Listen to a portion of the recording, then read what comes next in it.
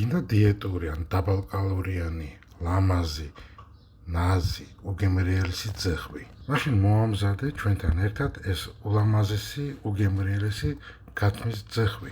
100 გრამ ძეხვში სულ 250 კალორია არის. და გემო შენ თვითონ გააკონტროლე როგორი გინდა. აი ქათმის ფილე და ბარკალი.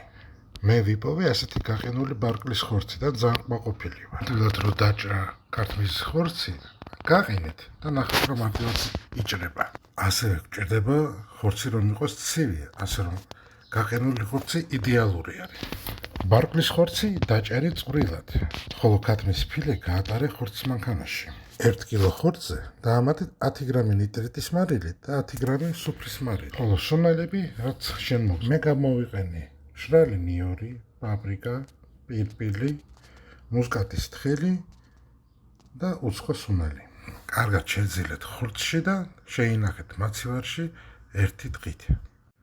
1 ღამის შემდეგ კარგად ისევ მოზელეთ და გაავსეთ ძეხვის გარსი.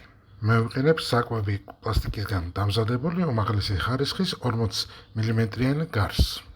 ეცადეთ სიცარიელე არ დაგჭირთ. თუ დაგჭათ, გახვიდეთ ნემსით და გამოუშვეთ ზედმეტი ჰაერი. და ღუმელში 80 გრადუსით 3-3.5 საათით. ძეხვის ქვეშ პადონზე დაასხით ადუღებული წყალი, რომ ძეხვი მოიხარშოს. ღუმელიდან ცივ წყალში ჩააგდეთ, აცადეთ 5 წუთი და შეინახეთ მაცივარში 1 ღამით. როცა გაცივდება ძეხვი, დაჭერით და ისიამოვნეთ და დამიჯერეთ. მაღაზიის ძეხვს აღარასოდეს არ იყიდით.